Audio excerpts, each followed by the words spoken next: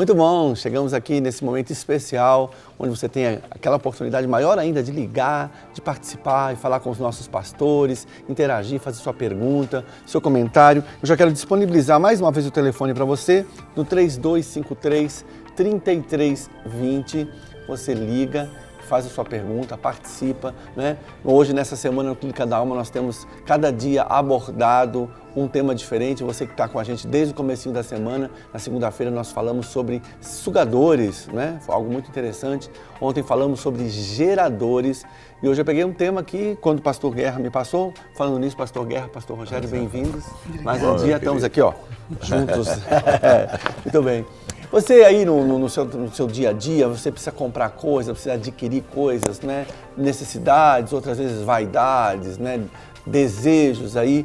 E você pesquisa e você olha preço e você está assim, pronto para adquirir essa coisa que você precisa por um preço que você imagina pagar, né? Isso falando sobre uma compra, um consumo. Mas quando o preço é maior do que você está disposto a pagar ou do que queremos pagar. É o tema do Clínica da Alma de hoje. Quando o preço é maior do que queremos pagar. A Bíblia nos fala sobre isso também, Guerra? Tranquilo. Nós temos aqui em Mateus 19, versículo 21, fala assim: disse-lhe Jesus, se queres ser perfeito, vai, vende os teus bens, dá aos pobres e terás um tesouro no céu. Depois vem e segue-me. Tendo, porém, o jovem ouvido essa palavra, retirou-se triste por ser dono de muitas propriedades. É muito forte esse texto aqui, porque... Será que ele esperava esse preço? Não. Eu creio que a expectativa dele não era Jesus tocar nessa situação. Porque o coração dele ali estava com seus bens. E Jesus foi logo na onde estava, né, o tesouro do coração dele. E muitas vezes as pessoas, elas convertem ou vêm para o reino espiritual com uma expectativa que não é a que o Senhor quer. Quando Jesus disse assim, quer me seguir, pegue a sua cruz, né? Negue-se a si mesmo, pega a sua cruz e siga em frente. Né? Ele quer dizer, você vem para o reino espiritual, mas algumas coisas você vai ter que abrir mão. Agora, Guerra, desculpa a expressão, talvez vou tentar que pareça menos chula possível, mas parece que tem vendido um cristianismo muito barato, Sim, não? Com certeza. Né? Assim, quando você fala sobre esse texto de tomar sua cruz, é um preço. É um preço. É um preço a se pagar, né? E me parece que o que se vende por aí, não, vem para Jesus, tudo vai ser maravilhoso imediatamente para você, seus problemas acabarão, né? Você vai estar cheio de riquezas. Bem um preço bem baratinho, propaganda, né? Enganosa, por sinal, né? Uma senhora, uma vez, ela reclamou que a cruz dela estava pesada. Ela não sabe o que é cruz pesada. Aí Jesus falou, então vamos levar ela num quarto. E falou com ela, tinha um monte de cruz, ela coloca a sua aí e pega que você achar que é mais leve. Aí ela rodou, pegou uma e saiu lá fora, falou, essa é mais leve. Aí falou, essa é que você entrou com ela. Saiu e pegou a mesma, né? Pegou a mesma. Então, muitas vezes as pessoas acham que a cruz deles são mais pesadas do que o outro. E muitas vezes a pessoa está abrindo mão de muitas coisas, né?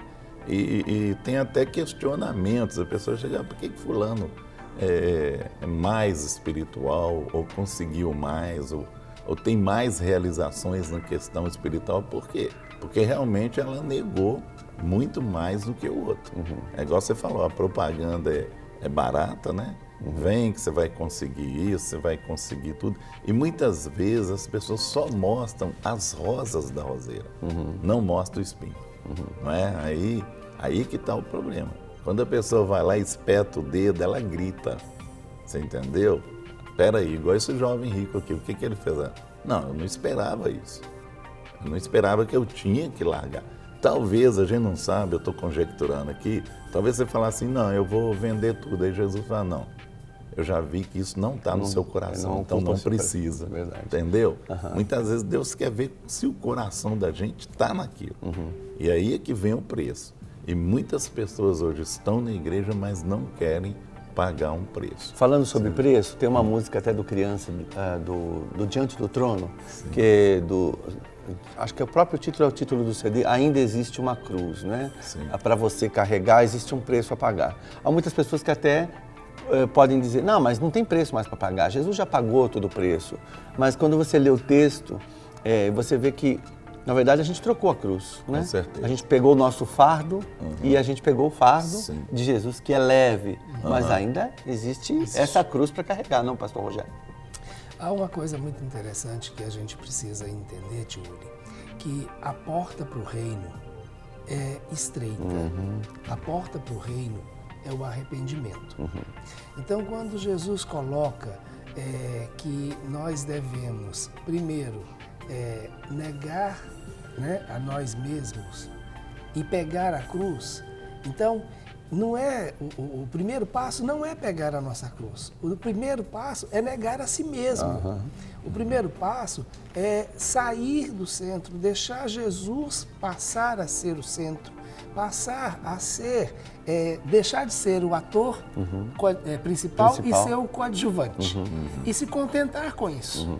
Né? Então, não significa que nós não vamos ter autonomia, que Deus não quer que a gente não tenha os nossos momentos de brilho. Teremos, mas o brilho maior é dele e nós vamos brilhar à medida que a luz dele está em nós. É muito interessante essa questão de pagar o preço, porque a gente tem uma frase dentro do meio que a gente vive, que é sacrifique o seu Isaac. Né? E muitas vezes a gente fica nessa questão, o que é o meu Isaac? O que foi? Lembrando a passagem bíblica, né, que Deus provou Abraão, exatamente, né, pedindo o seu único filho, que era o seu maior tesouro. E que era a promessa de Deus para a vida de Abraão.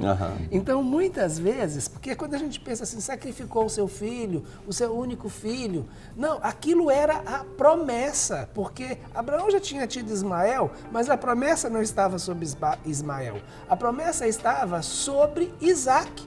Então, eu fico assim, o que passa, né, pela cabeça não era simplesmente sacrificar o filho, era sacrificar o filho e crer, né, de que Deus, de alguma outra maneira, ainda ia cumprir a promessa que ele tinha com Abraão. E fazer ele pai de uma grande nação.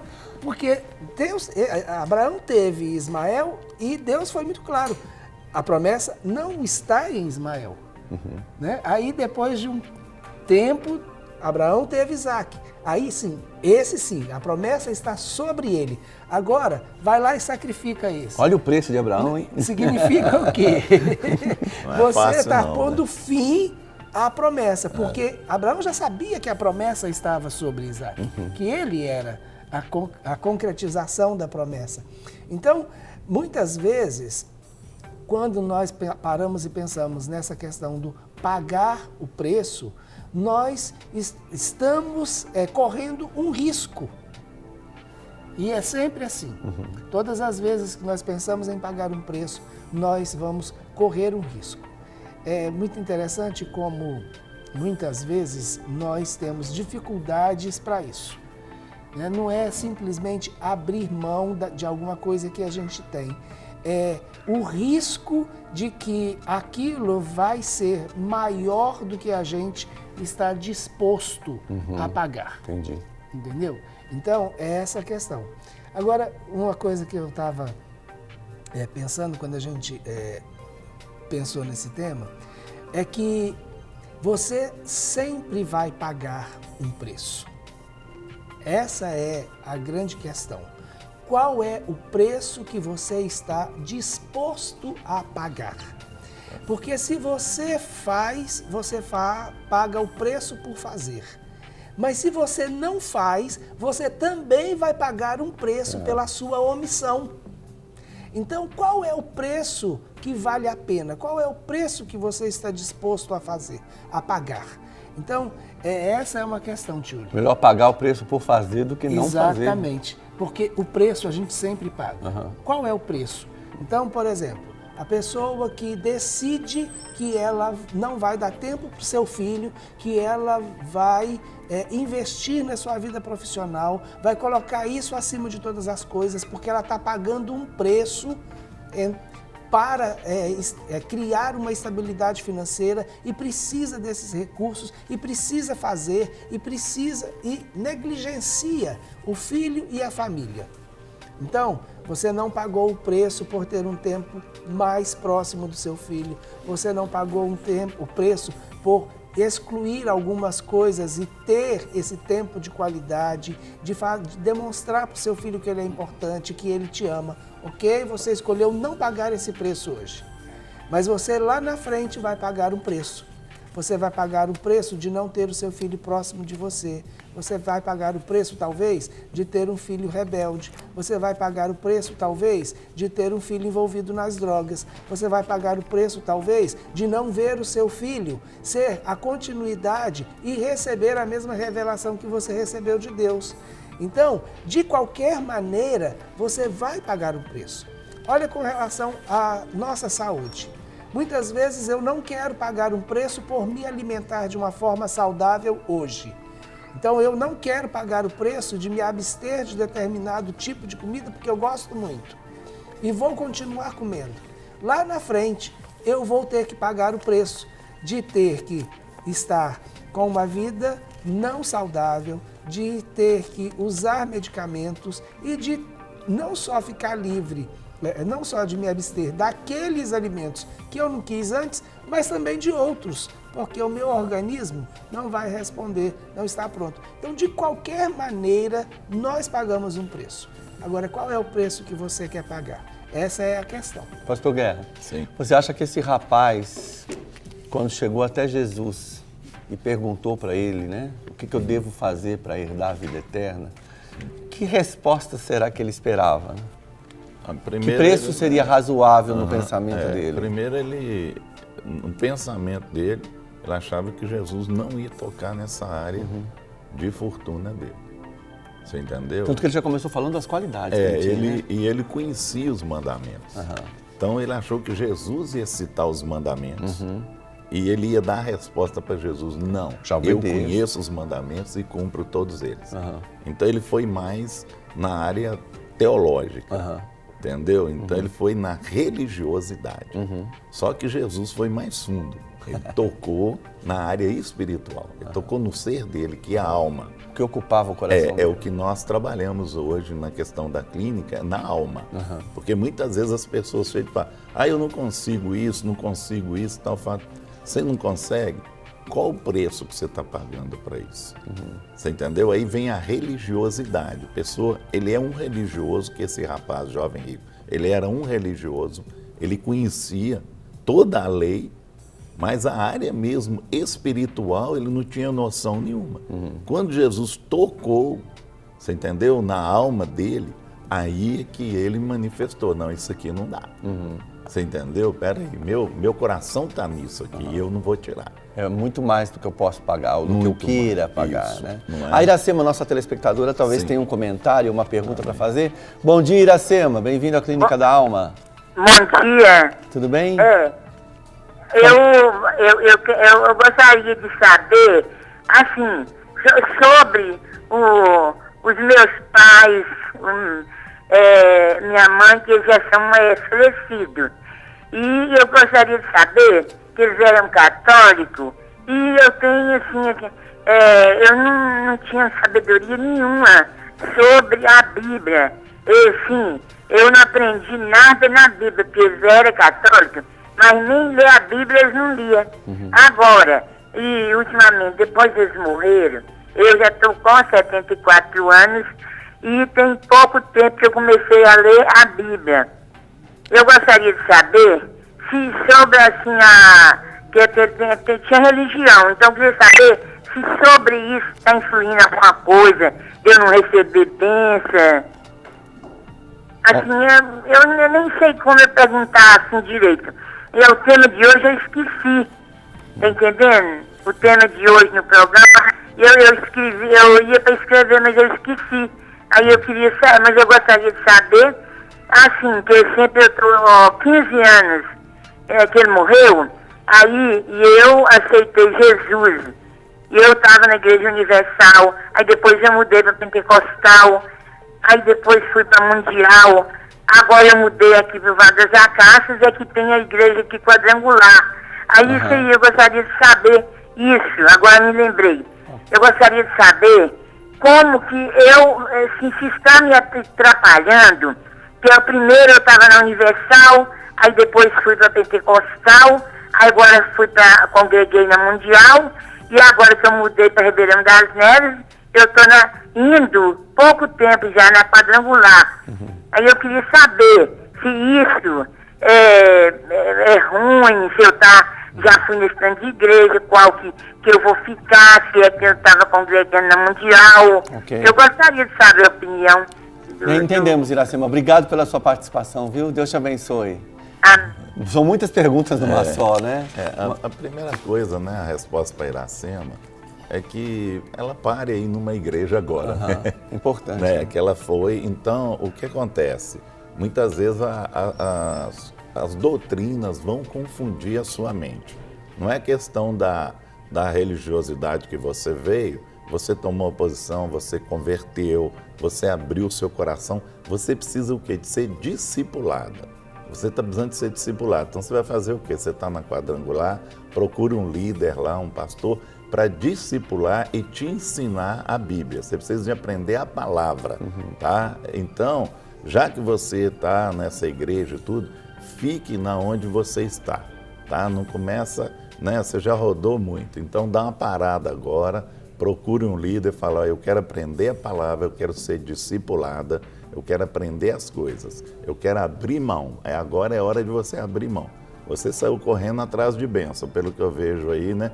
Jesus já te abençoou, você já é abençoada. Só de você ter aceitado Jesus é uma grande bênção na sua vida, que você é salva. Então agora você vai procurar aprender a palavra para você alimentar e deixar de ser religiosa.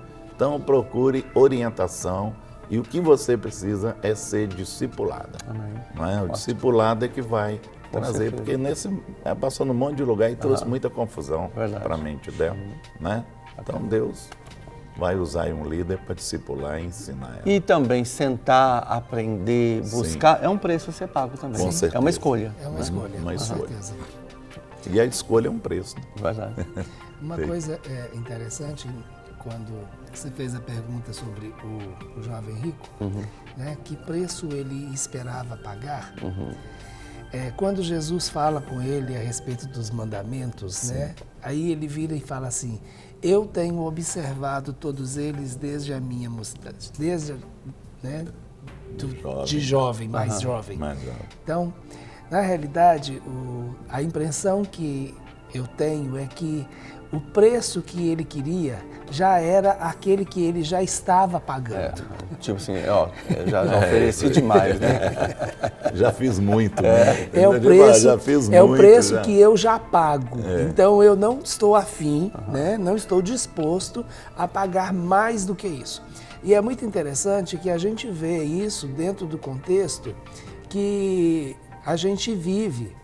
E aí tem muito a ver com a religião, quando a pessoa acha que ela vai receber algum benefício de Deus porque ela é boazinha, ou porque ela cumpre as regras, ou porque ela faz aquilo que ela acha certo ou que tem como revelação do que é certo. Aí é religioso. Até mesmo a gente ouve aquelas coisas, mas eu já orei tanto.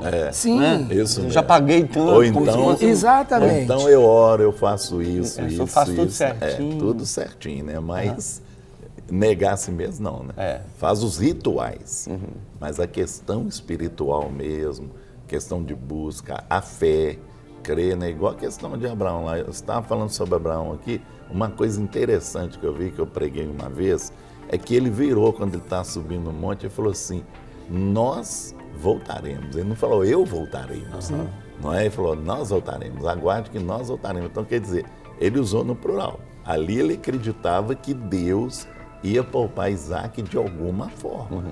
Então ele falou, aguarde que nós voltaremos. Ele não falou, eu voltarei. Já pôs no plural ali, porque ele cria na fidelidade de Deus. De Deus, entendeu? E muitas vezes as pessoas, o religioso, ele não crê nisso. Ele não crê no sobrenatural de Deus e muitas vezes ele tem dificuldade para isso, né? Para entrar nesse sentido de sobrenatural. A Julita de Juiz de Fora está ligando para a gente para participar do programa. Ei, Julita, bom dia, um beijo especial para todos os telespectadores aí de Juiz de Fora. Bem-vinda. Bom dia. Engraçado, meu telefone está um pouco baixo. Deixa eu te falar, eu estou passando por um momento muito difícil. Eu estou separada, meu marido está separado de mim, né? Porque eu não estou separada. O meu marido está separado de mim tem 1 ano e 3 meses. E ele era pastor de uma igreja evangélica. E eu estou nessa batalha espiritual, né? Com um pouco de depressão. E quando a gente... O pouco que a gente conversou com ele à distância, falei com ele que Deus podia fazer nova todas as coisas e que nós temos 5 filhos casados, que todo mundo ama ele de paixão. É um homem muito amado. Que a gente já passou por um problema, tipo essa história do filho pródigo, né? Há 18 anos atrás, ele tinha feito a mesma coisa e voltou e foi recebido com todo carinho e reestruturamos nosso lar. Só que há 1 ano e 3 meses, ele estava evangelizando uma mulher, ficou com ela. E eu estou numa batalha de oração, e uns falam que é para eu seguir minha vida, outros falam que é para eu deixar de lado. E ele falou que com um amigo pastor, ele falou que ele ia pagar o preço. E a gente está muito triste, porque ele conhece a palavra de Deus, ele evangelizava famílias. E eu fico assim, lutando, né, entre a minha fé e a razão. Será eu vou lutar, eu vou ter fé. Eu queria ter essa fé que Deus pode trazer ele primeiro, né, restaurar ele para Deus, porque ele está em adultério e tem um pastor, que somente um pastor em Juiz de Fora, que está dando, como fala? Fazendo um acompanhamento? Que está dando para ele assim, a oportunidade de estar numa clínica, ministrando junto com essa mulher. E eu fui amiga dessas mulheres que ministram na clínica, e as pessoas estão falando que essa mulher é uma mulher de Deus, roubou meu marido, a gente dava carona para ela, deixava ela na porta da casa dela. Eu estou muito triste. Imagina. Obrigado, Julita, pela sua participação e a confiança de compartilhar essa sua experiência. A gente vai falar aqui sobre isso. Deus te abençoe, viu? Amém. Um abraço. Olha, dona Julita, o seu marido tomou uma decisão e, pelo que a gente entendeu a partir da própria fala da senhora, que ele está disposto a pagar o preço. Eu espero que ele realmente saiba qual é o preço que ele vai pagar. Se realmente vale a pena ele pagar o preço pela sua decisão. Tem situações que nós não temos como interferir, porque nem o próprio Deus interferiu. Então, a partir do momento em que o homem toma a decisão e resolve pagar o preço por essa decisão, Deus não interfere. Ele nos deu o livre-arbítrio. A questão que eu acho que é o melhor para a vida da senhora é não focar naquilo que o seu marido decidiu, inclusive pagar o preço. Comece a ver as coisas no sentido de que a senhora tenha, junto com a sua família, porque a senhora tem 5 filhos, os seus filhos estão casados, vocês têm netos, vocês têm uma estrutura familiar. Então, agora a senhora é colocada em uma posição que, apesar da tristeza, apesar da depressão, apesar da traição, apesar da perda, a senhora tem responsabilidades. A senhora tem pessoas ao redor da senhora e que precisam da senhora e que a senhora também pode contar com elas. Então, faça isso, cuide da senhora, cuide da saúde emocional da senhora, da sua vida espiritual, da sua família.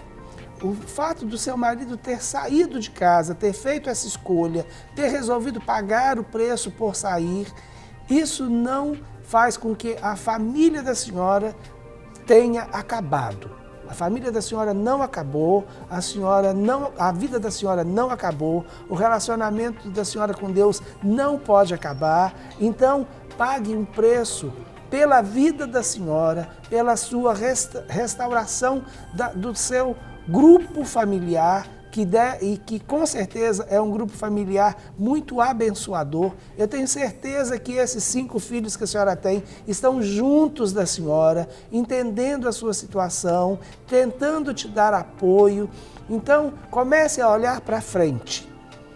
Deixe que o dia que o seu marido pagar o preço que ele quer pagar, ou achar que não vale a pena mais pagar, ele sabe aonde voltar, sabe onde recomeçar, porque ele sabe onde caiu. Então, não coloque isso como foco da sua vida.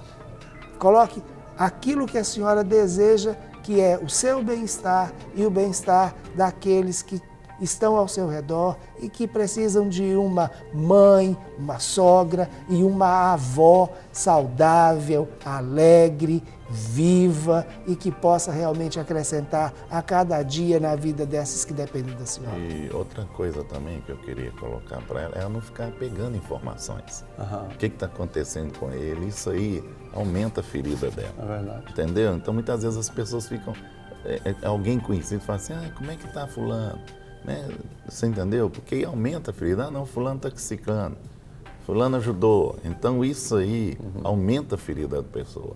Vai viver, né, como o pastor Rogerinho falou aqui, cuida das coisas lá e deixa as notícias para lá. Eu quero, assim, particularmente, assim, mais uma vez, né, abençoar a vida de vocês e do Ministério Clínica da Alma, porque estava ouvindo sua palavra e eu estava do outro lado da linha, me colocando no lugar da Julita. Que maravilhoso você receber uma orientação desse foco que vocês deram aqui. Sim. Porque eu fico imaginando, né, a ferida, a depressão, a mágoa, parece que a mente da gente cai só naquele problema, a gente começa a prestar mais atenção no outro do que em si mesmo. Então essa palavra de foco, né? Olha, você é alguém especial, você é mãe, você é vó, você tem uma família, continua tendo, né? Você é uma pessoa especial diante de Deus, você tem um ministério a cumprir, você tem um chamado, você tem uma vida espiritual com Deus. Sim. Isso que é importante. Então, parabéns, assim, por esse direcionamento. Fico imaginando no Clínica da Alma quantas pessoas são abençoadas de receber uma palavra assim.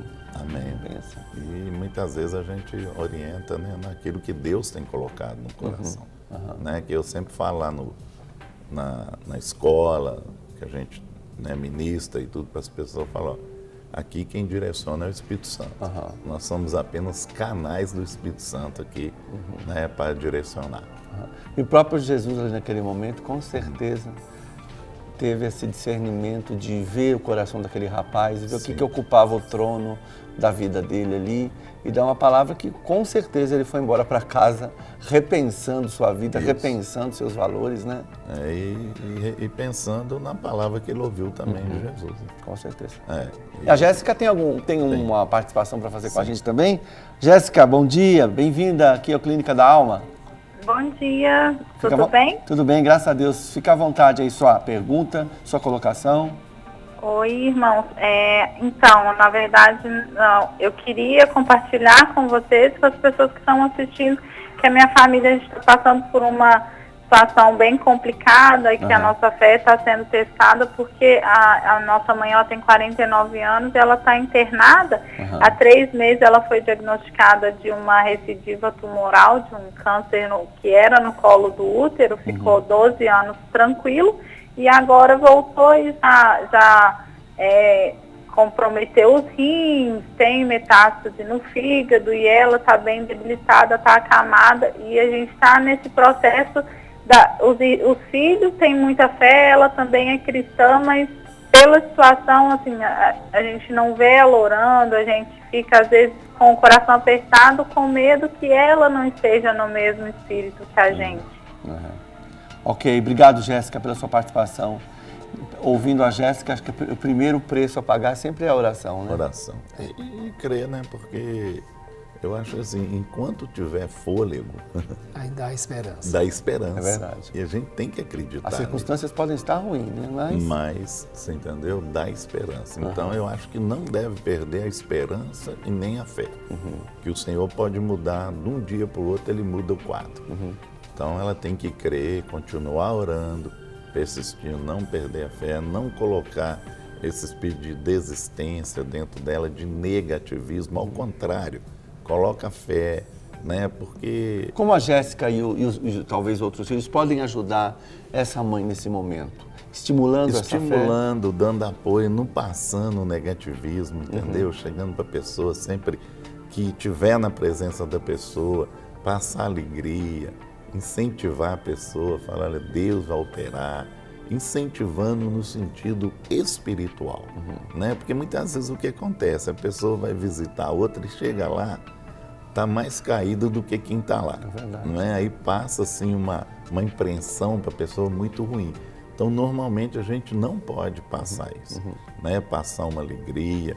E essa alegria ajuda a pessoa a lutar ali. Mas é meio natural, Guerra. Imagina esse rapaz, né? Ah, eu tenho que vender tudo que eu tenho. Aí, de repente, essa pessoa fala, puxa, é um câncer, um tumor, né? É a alma, né? A alma, o salmista lá no Salmo 42, ele pergunta para a alma assim, por que estás abatida e por que perturbas dentro de mim? É verdade. Aí, mas também fala para ela, né? Eu louvarei ao meu Deus. Então ele declara para ela que mesmo ela estando daquele jeito, ele vai louvar ao Senhor. Então nós temos sempre que declarar. Tem situação que é fácil? Não é não. Não é fácil. A gente sabe que tem situação que é muito difícil. Não é? E muitas vezes a gente acontece na área de cura interior que a pessoa chega num problema, tio, ela já está com os montes acumulados. Aquele ali é a última gota. Aí ela arreia mesmo, não é? Mas o Senhor restaura. Amém. Como está sendo a semana lá na Clínica da Alma? Olha, Tchuli, está sendo abençoadora, né? Muito abençoadora. Muito Nós mesmo. temos tido contatos com pessoas, igual a gente falou aqui, de vários lugares do Brasil, com expectativas das mais variadas.